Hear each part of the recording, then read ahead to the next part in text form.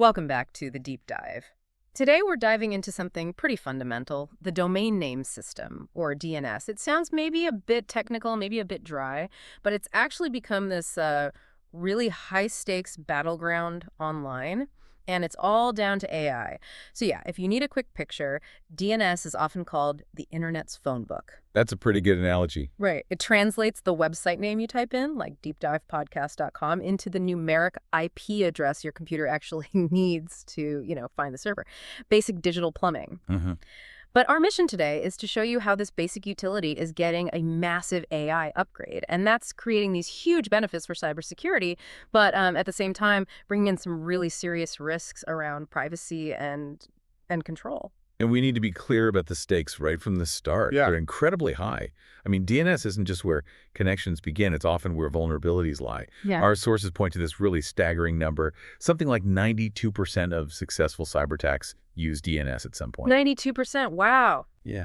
It's the network soft spot. Yeah. Attackers hit it constantly. And that's exactly why AI and machine learning are being pushed into DNS so hard right now. Everyone's looking for that technical edge for better performance, sure, but mainly for security. But here's the real tension, the thing we really need to explore for you. The data that feeds this powerful AI, which is basically a record of every single website or service you look up well, that data raises some huge concerns. We're talking control, profiling, privacy. Big stuff. Okay, right. Let's unpack that. We hear the promises about AI making things better.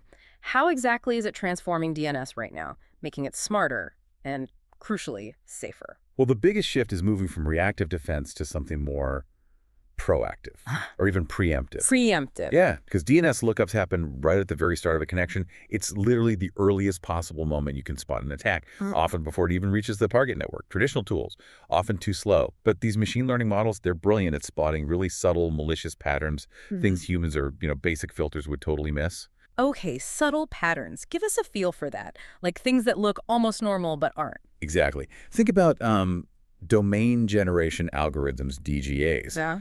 Malware uses these systems to create thousands, sometimes millions, of new random-looking domain names every day for command and control stuff. Right, just gibberish names. Yeah. No human analyst could possibly keep track of that volume.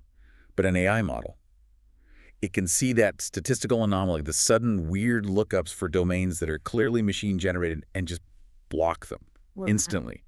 Or, another example, it might spot suspicious spikes in queries from certain areas, maybe indicating a botnet is waking up, getting ready to launch an attack. That's that real-time detection advantage. And didn't our sources have some pretty impressive numbers on how much better this actually is? They did, yeah. Cisco, for instance, they use AI-enhanced DNS, specifically looking for something called DNS tunneling. Tunneling, that's for sneaking data out, right? Exactly. Very stealthy way to exfiltrate data from a hacked network. Their AI automatically spots and blocks these channels. They said it improved detection by 11% and maybe just as importantly, cut down false positives significantly. That's a big win for efficiency. And when you scale that kind of improvement up to the whole internet, the numbers must be just mind-boggling. Oh, absolutely. Look at Google. Their system, DNS Armor, they work with partners like Infoblox on this. They process something like 70 billion DNS events every single day. 70 billion. Yeah. And that scale lets them feed their AI about 4 million new threat indicators every month. But what's really striking is the time advantage they're claiming. They say the system can spot certain DNS-based threats, like malware calling home, an average of 68 days earlier than other security tools might pick it up. 68 days. That's huge. That could be the difference between a minor blip and a total disaster for a company. Absolutely. Massive difference. But hang on. Does that speed, that 68-day advantage, actually mean fewer successful attacks? Or are we just creating, like, a smarter fire hose of alerts that security teams still can't keep up with? That's a really important question. And it's actually where another practical benefit of AI really kicks in. It helps with analyst burnout. Okay. You hit on a key point. DNS data is just this relentless stream. One analyst called it a fire hose. A big company's security team might see literally hundreds of thousands of DNS-related alerts every day. Yeah, it's the classic needle stack problem, right? Finding the real threat in all that noise. Precisely. And AI acts as that crucial filter. It takes those hundreds of thousands of raw alerts, correlates them, looks at the behavior patterns, and maybe boils it all down to just 50 or so high-quality insights, things a human analyst can actually investigate and act on. So it makes the job manageable again. Exactly. It reduces the overload, cuts down burnout, and speeds up the actual human response time dramatically. So yes, it's rescuing analysts from drowning in data. Okay, that makes sense. And quickly, before we get to the darker side, you mentioned performance too. AI isn't just defense. Right. It's not only security, it's also being used to optimize speed and reliability. Hmm. For example, ML models can learn to predict traffic patterns. Like for a big event or something. Yeah, exactly. A major sports final, a viral news story. They could forecast those query surges globally.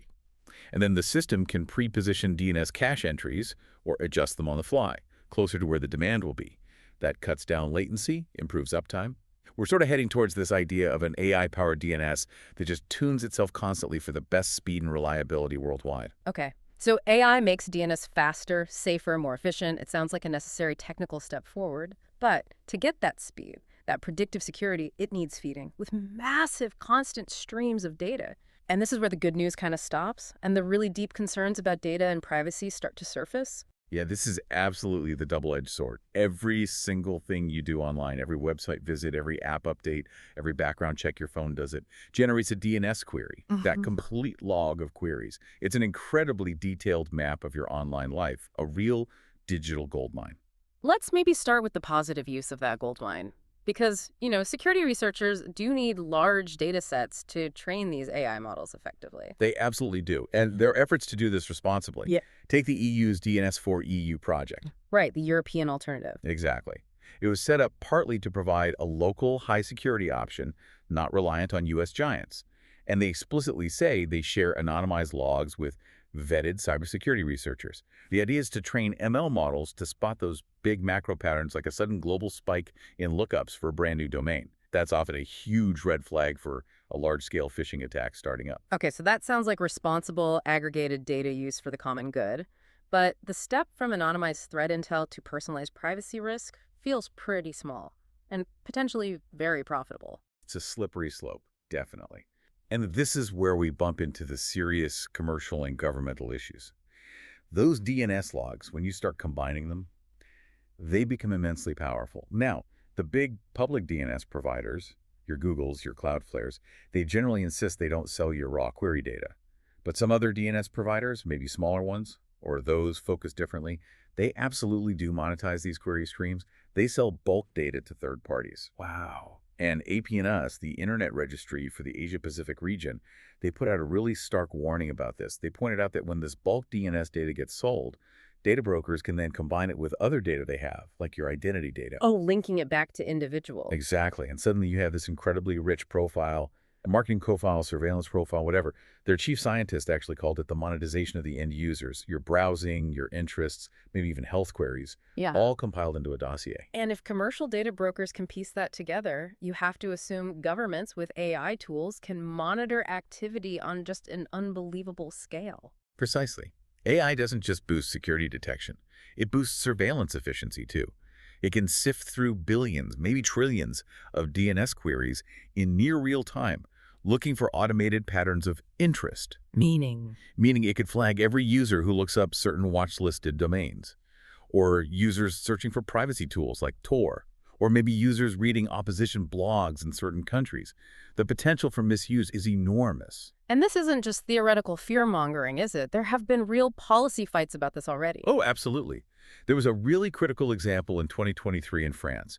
A group of internet pioneers, including the actual inventor of DNS, Paul Macapetris and Vint Cerf from Google, they publicly objected to a draft surveillance law there.